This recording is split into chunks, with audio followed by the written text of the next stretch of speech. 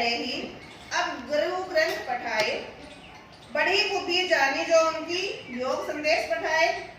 ऊधो भले लोग आगे के, पर हित दौलत धाए। अब अपने मन फेर पाई हैं, चलत जो हुते चुराए। ते क्यों अनीति करे आपुन, जे और अनीति छुटाए। राज धर्म तो यह सुर, जो प्रजा जाए न सताए। गोपियां उद्धव से वार्तालाप करती हैं, एक भ्रमर भंवरे की माध्यम से उनको कटाक्ष भी करती हैं।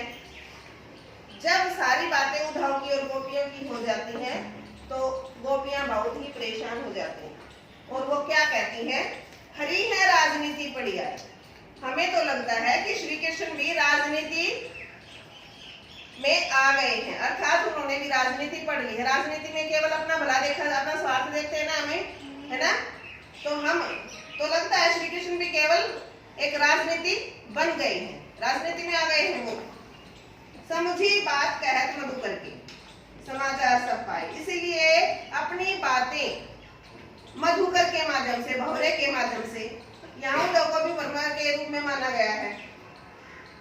इसीलिए उन्होंने उद्धव के द्वारा अपनी सारी जो बातचीत है, जो संदेश है, वो हम तक भेज दिया है और अपनी उनके द्वारा हमें, अपनी बातों के द्वारा, अपने संदेश के द्वारा हमें पढ़ाना चाहते हैं। एक अति चतुर होता है पहले ही, श्री कृष्ण तो पहले ही बहुत चतुर थे।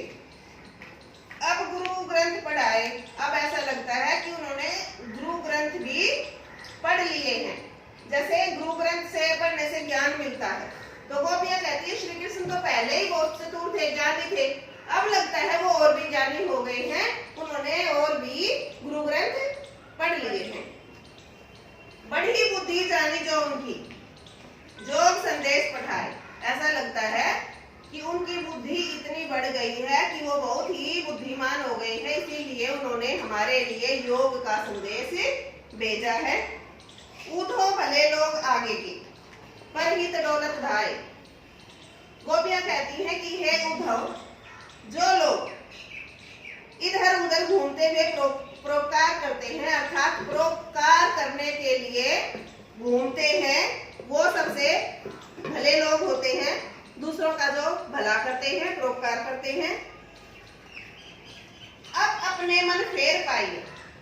गोपियां निराश हैं, उद्धव की बातें सुनकर वो दुखी हो जाती हैं और कहती हैं कि हम अपने मन को दोबारा से प्राप्त कर लेंगे। मन कहाँ गया उनका, गोपियों का? किसके पास है मन? कृष्ण के पास, क्योंकि उनका आराध्य है वो, तो उनका मन उसी में रमा हुआ है।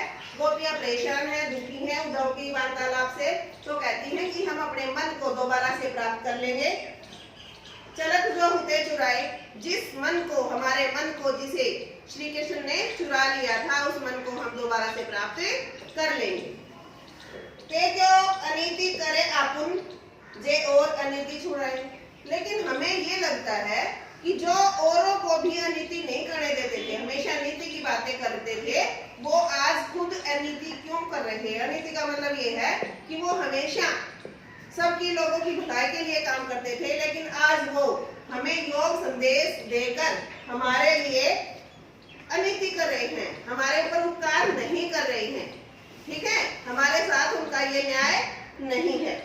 राज धर्म तो यह सूरदास जी कहते हैं कि राजा का धर्म तो यह है जो प्रजा न जाहि सताए, जिसमें प्रजा को सताया नहीं जाए।